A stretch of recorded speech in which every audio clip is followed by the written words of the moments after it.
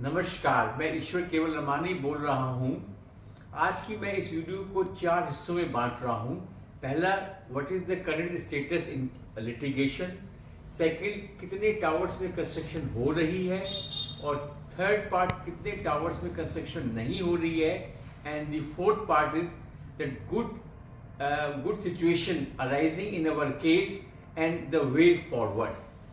पहला part litigation में मैं आपको इतना अपडेट करना चाहता हूं कि एएफसी का मैटर अभी एनसीएलटी में है, जिसमें सुरक्षा ने पहले जो सेटलमेंट प्रपोजल दिया था उसके बाद अब रिवाइज सेटलमेंट प्रपोजल दिया है येड़ा में।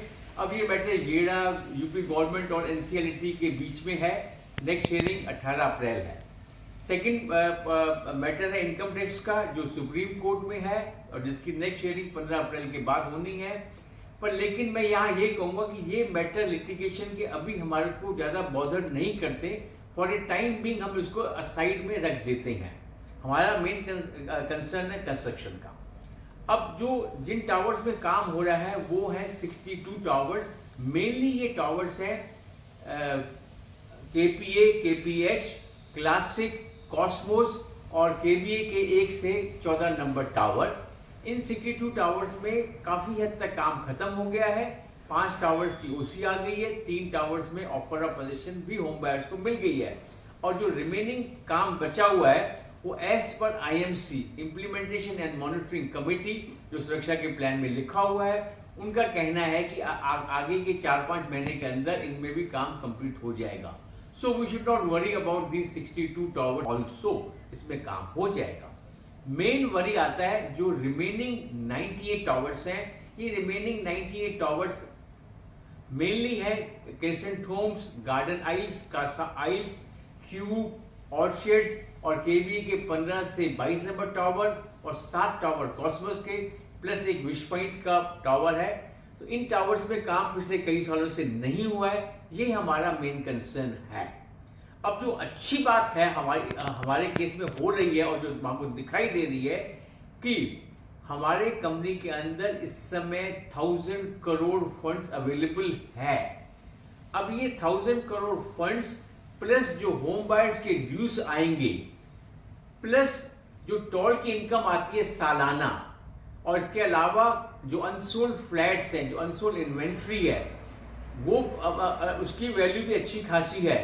इन सबको मिलाकर हमारे अंदर, हमारी कंपनी के अंदर इतना फंड जनरेट हो जाएगा जो कि हमारे को कंस्ट्रक्शन के लिए चाहिए। May be little more funds available हो जाएंगे। I would say that no external funding is required. It is a good part कि कम से कम अब कंपनी के अंदर पैसा तो है। तो this is a good part which has happened in our case. अब मैं आपको यहाँ याद दिलाना चाहता हूँ कि सुरक्षा के प्लान में लिखा हुआ है कि IMC, implementation and monitoring committee, who is running the affairs of the company, ये कंस्ट्रक्शन को सुपरवाइज कर रही है। अब इस प्लान के अंदर ही सुरक्षा ने ही प्लान में लिखा हुआ है कि ड्यूरिंग दिस पीरियड जो फंड्स अवेलेबल हैं उनके क्लॉज नंबर 17.15 के तहत वो पैसा कंस्ट्रक्शन में खर्च होना चाहिए। उन्हीं के सुरक्षा ने अपने प्लान में लिखा हुआ है, कुछ क्लॉजेस में 22.2 या 22.3 है, जिसके तहत मैकेनिज्म ऑफ कंस्ट्रक्शन भी लिखा हुआ है।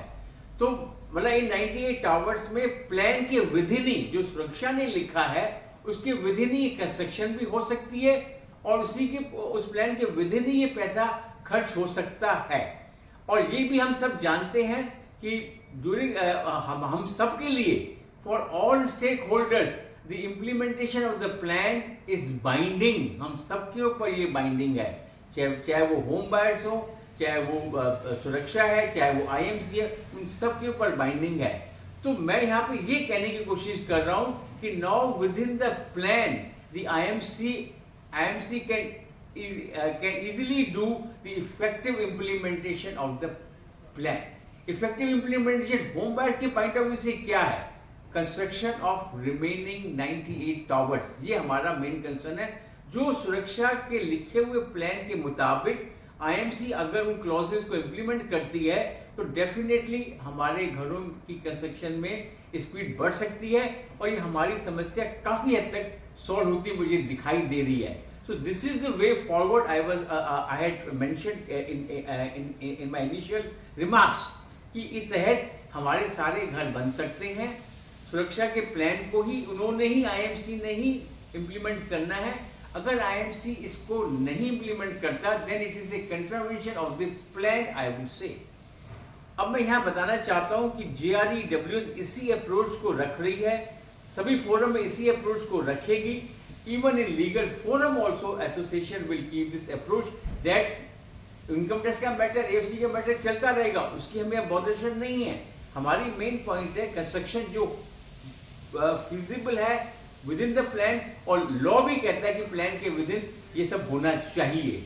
JREWS इसी अप्रोच को पकड़ेगी। Those who want to join our group, we will welcome them, ताकि हमारी स्ट्रेंथ बने और हम अल्टीमेटली इस गोल को अचीव कर सकें। इन द एंड आप सभी को होली की बहुत बहुत शुभकामनाएं। धन्यवाद।